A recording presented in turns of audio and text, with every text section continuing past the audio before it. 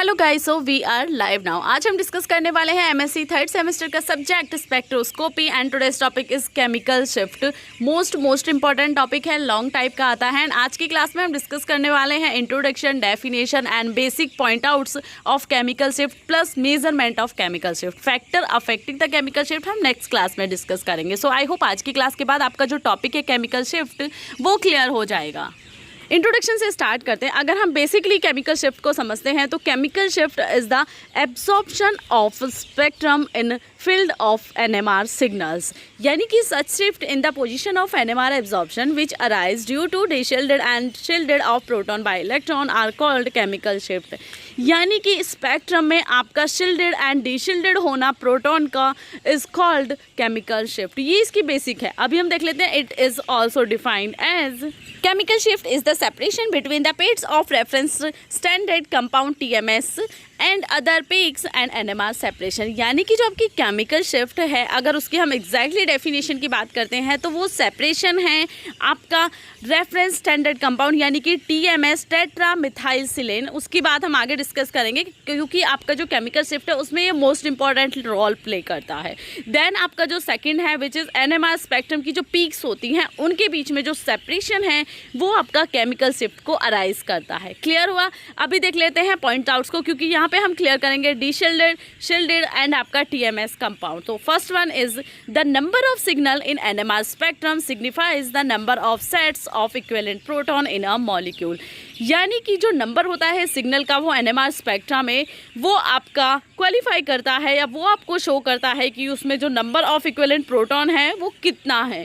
Second one is the position of signals in spectrum help us to know the nature of proton. यानी कि जो position होती है signals की spectrum में उसके थ्रू हम जान सकते हैं कि जो प्रोटॉन का नेचर है वो कैसा है। अब वो फॉर एग्जांपल एलिफेटिक भी हो सकता है, एरोमेटिक भी हो सकता है। तो उसको जानने के लिए अगर किसी चीज़ की ज़रूरत होती है तो वो होती है सिग्नल की पोजीशन को जानने की। यहाँ से आपके वेरी शॉर्ट क्वेश्चन काफ़ी ज़्यादा बनते हैं, इसीलिए केमिकल शिफ्ट का जो पॉइंट है वो क्लियर है। वेरी शॉर्ट भी बनते हैं, शॉर्ट भी बनते हैं एंड लॉन्ग भी बनता है। बट जब आपका लॉन्ग आएगा तो उसमें आपसे factors affecting the chemical shift भी पूछा जाएगा। जब भी वो क्लास अपलोड हो जाएगी, लिंक आपको डिस्क्रिप्शन में मिल जाएगी, तो आप कंप्लीट टॉपिक उससे क्लियर कर सकते हो। Now move on to the third point which is if the induced field oppose the applied field then proton is said to be shielded. हमने बात की थी ना कि शिल्डेड एंड डिशिल्डेड होना प्रोटॉन का हम नॉर्मली कह सकते हैं वो केमिकल शिफ्ट है। यहाँ हम क्लियर करते हैं कि शिल्डेड एंड डिशिल्डेड क्या है। अलग से आपका टॉपिक है, शॉर्ट टाइप में क्वेश्चन भी आता है मोस्टली कि डिशिल्डेड एंड शिल्डेड को समझाइए। तो वो आपने अलग से क्लासेस देखी हैं तो आप देख सकते हो, बट नहीं भी देखिए तो यहाँ पे हम पॉइंट्स में डिस्क्राइब कर रहे हैं सभी जो भी पॉइंट आउट्स आपके केमिकल शिफ्ट में इंपॉर्टेंट है उन सभी को। तो जब आपका इंड्यूस्ड फील्ड होता है वो अपोज होता है अप्लाइड फील्ड के, तो प्रोटॉन को हम शिल्डेड कहते हैं।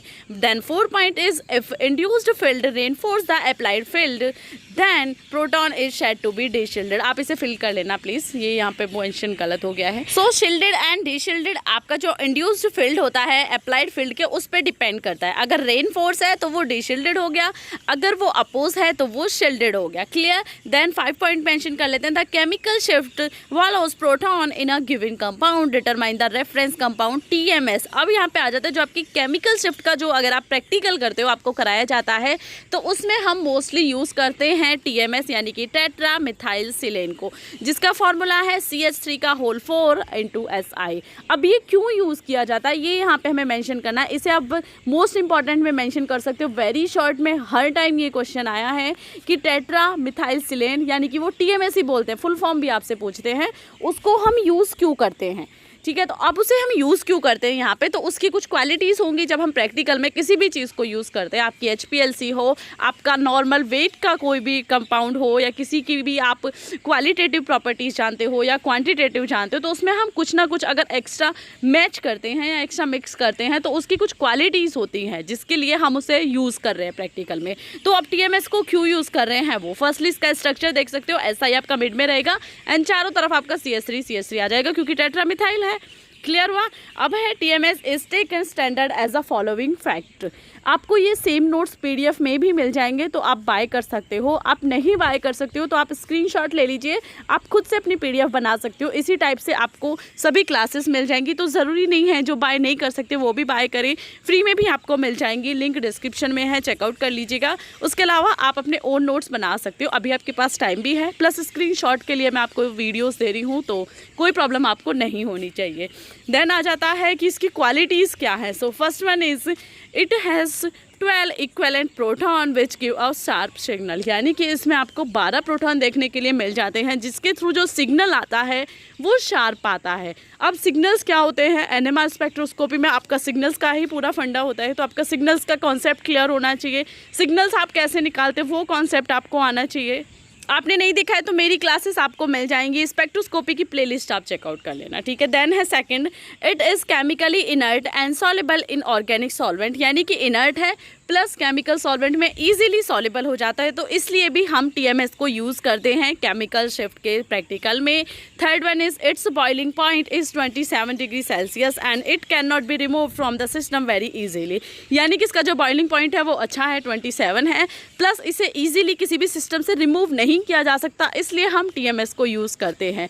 TMS को यूज़ क्यों करते हैं, ये क्वेश्चन मोस्ट इंपॉर्टेंट है, वेरी शॉर्ट में प्लीज़ मेंशन कीजिएगा। साथ ही साथ जब आप थ्योरेटिकल अगर लॉन्ग में भी लिखते हो तो इसे नोट डाउन करके लिखिएगा, या आप इसे थोड़ा हाईलाइट करके लिखिएगा, जिससे कि टीचर को भी लगे कि यस आपने थोड़ी हार्ड स्टडी की है। ये पॉइंट्स आपको हर जगह देखने के लिए नहीं मिलेगा। एग्जैक्टली इस टाइम मुझे भी नहीं याद कि मैंने किस बुक से ये नोट्स बनाए थे जो मैं अब आप सबके साथ शेयर कर रही हूँ, तो इसलिए कोशिश कीजिएगा जो पॉइंट मैं आपको इंपॉर्टेंट बता रही हूँ, इसीलिए कंप्लीट क्लास आपको देखनी चाहिए कि कंप्लीट क्लास में कहाँ कौन सा पॉइंट मोस्ट इंपॉर्टेंट है, वो आपको तभी पता चलता है जब आप कंप्लीट क्लास को वॉच करते हो। अब देख लेते हैं next heading which is measurement of chemical shift. Chemical shift को मेजर किस तरह से करते हैं, अगर नॉर्मली मैं बात करूँ तो केमिकल शिफ्ट को आप 2 स्केल्स में या 2 स्केल्स के टाइप से मेजर कर सकते हो। First one is in the form of tau and second one is in the form of delta, ठीक है। अब यहाँ पे आपका फॉर्मूला आता है, वो फॉर्मूला हार्ड तो नहीं है, बट ये आपसे वेरी शॉर्ट में वो भी पूछा जाता है। तो firstly it is measured as the field और फ्रिक्वेंसी। इसको अगर हम मेज़र करते हैं तो वो एज अ फील्ड या फ्रीक्वेंसी के रूप में हम इसे मेज़र कर सकते हैं। In actual practice the ratio of necessary change in frequency to standard frequency is constant as delta in ppm, ठीक है। तो क्लियर हुआ, इसमें समझाने जैसा जहाँ पॉइंट्स होगा वहाँ मैं डिस्क्राइब कर दूंगी, बट जहाँ समझाने की ज़रूरत नहीं है वहाँ आपको भी ज़्यादा माइंड नहीं लगाने की ज़रूरत होती, क्योंकि वो इजीली आप समझ जाते हो। आप देख लेते हैं tau is also used to measure the frequency. जैसा मैंने कहा कि केमिकल शिफ्ट को 2 फॉर्म में मेज़र करते हैं, टाउ एंड आपका डेल्टा, तो टाउ की फॉर्म में भी मेज़र कर सकते हैं। आप कैसे करते हैं वो हम आगे देखते हैं। उससे पहले आप मेरी प्लेलिस्ट ज़रूर चेकआउट कर लीजिएगा। सभी सब्जेक्ट की डिफरेंट टाइप से प्लेलिस्ट हैं, क्योंकि स्टूडेंट को हमेशा डाउट होता है कि मैम अब मैं स्पेक्ट्रोस्कोपी की क्लास ले रही हूँ तो मैम फोटो केमिस्ट्री की लीजिए। देखिए एक ही दिन में 2 सब्जेक्ट की क्लासेस अवेलेबल कराना इतना पॉसिबल नहीं होता है, तो इसलिए डेली क्लासेस अवेलेबल हैं। मैं 2 ईयर से कंटिन्यूसली वर्क कर रही हूँ यूट्यूब पे, तो आपको प्लेलिस्ट में ऑलरेडी काफ़ी वीडियोस मिल जाएंगी आपके सब्जेक्ट के अकॉर्डिंग, सो आप चेकआउट ज़रूर कर लीजिए। Now the value of delta with respect to TMS can be obtain by measuring VS minus VTMS, यानी कि जब हम टाउ को मेज़र करते हैं तो उसे हम मेज़र करते हैं in the form of VS and VTMS, ठीक है। तो VS का मतलब है V sample and then VTMS यानी कि टेट्रामिथाइलसिलेन हो गया। देन यहाँ पे हम रेफरेंस लेंगे, अपॉन इसके हम कर देंगे operating frequency in mega cyclic, ठीक है। देन इज इक्वल टू हम इसे लिख सकते हैं delta V upon operating frequency या ऑपरेटिंग फ्रीक्वेंसी, और we can write delta is equal to VS minus VTMS multiply 10 की power 6 upon V0 operating frequency. Clear हुआ, ये आपका फॉर्मूला है, आप इसका स्क्रीनशॉट ले लीजिए। आप मेरी वीडियोस देखे हैंडमेड नोट्स बना रहे हो तो आप वीडियो को स्लो मोशन में करके वो देख सकते हो क्लियरली। जैसे आपको पॉसिबल हो आप ऐसे तैयारी कीजिए, आप ऐसे नोट्स बनाइए। मेन फंडा है आपका टॉपिक समझ आना चाहिए मेरी एक क्लास से, या आप उस क्लास को रिपीट पे देख लीजिए, आपको 2 बार में हर एक टॉपिक कंप्लीट हो जाएगा अगर आप उसे फोकस होकर देखते हो। देन आ जाता है आपका नोट्स बनाने का। नोट्स आप इजीली बना सकते हो, आप स्क्रीनशॉट ले सकते हो, आप मेरे को मेरी PDF मिल जाएंगी, नोट्स की भी मिल जाएंगी, या जहाँ से मैंने नोट्स बनाए हैं वो भी मिल जाएगी। सो वो आप प्लेलिस्ट में या डिस्क्रिप्शन में चेकआउट कर सकते हो। देन है the value of TMS is fixed at D as the value of delta position is most of the chemical shift varies 0 to 10, ठीक है। देन आ जाता है आपका टाउ की फॉर्म में हम इसे कैसे मेजर करते हैं वो। सो अनदर स्किल है ये केमिकल शिफ्ट को मेजर करने का। It is related to delta as tau is equal to 10 minus delta, यानी कि जो आपका टाउ है अगर हम उसे भी मेज़र करते हैं तो वो आपका डेल्टा से रिलेट करता है 10 माइनस डेल्टा की जो वैल्यू आई है उसे आप कर दीजिए तो आपको टाउ की वैल्यू मिल जाएगी। एंड जैसा हमने लास्ट में शेयर किया कि इसकी जो वैल्यूज़ हैं वो 0 to 10 वेरीज करती हैं, तो वो आप यहाँ पे मेंशन कर सकते हो, मे बी वो असेंडिंग ऑर्डर में हो या मे बी वो डिसेंडिंग ऑर्डर में हो। सो आज की जो क्लास है आपकी केमिकल शिफ्ट की वो एंड हो जाती है। आई होप आपका एक एक पॉइंट क्लियर हुआ है। इस थ्योरी को अगर आप डायरेक्टली पढ़ते हो तो आपको समझ ही नहीं आएगी, क्योंकि कहीं का पॉइंट कहीं से क्लियर होता है। बट केमिकल शिफ्ट में जो आपके पॉइंट आउट्स हैं वो चाहे शील्डेड हो, डीशील्डेड हो, प्रोटॉन का प्रोटोनेशन हो या आपका सिग्नल्स का हो या आपका टीएमएस का हो, वो सभी पॉइंट मैंने थ्योरेटिकल पार्ट में आज की इस क्लास में डिस्कस किए हैं। So thank you for watching. मिलते हैं कल एक नई क्लास के साथ।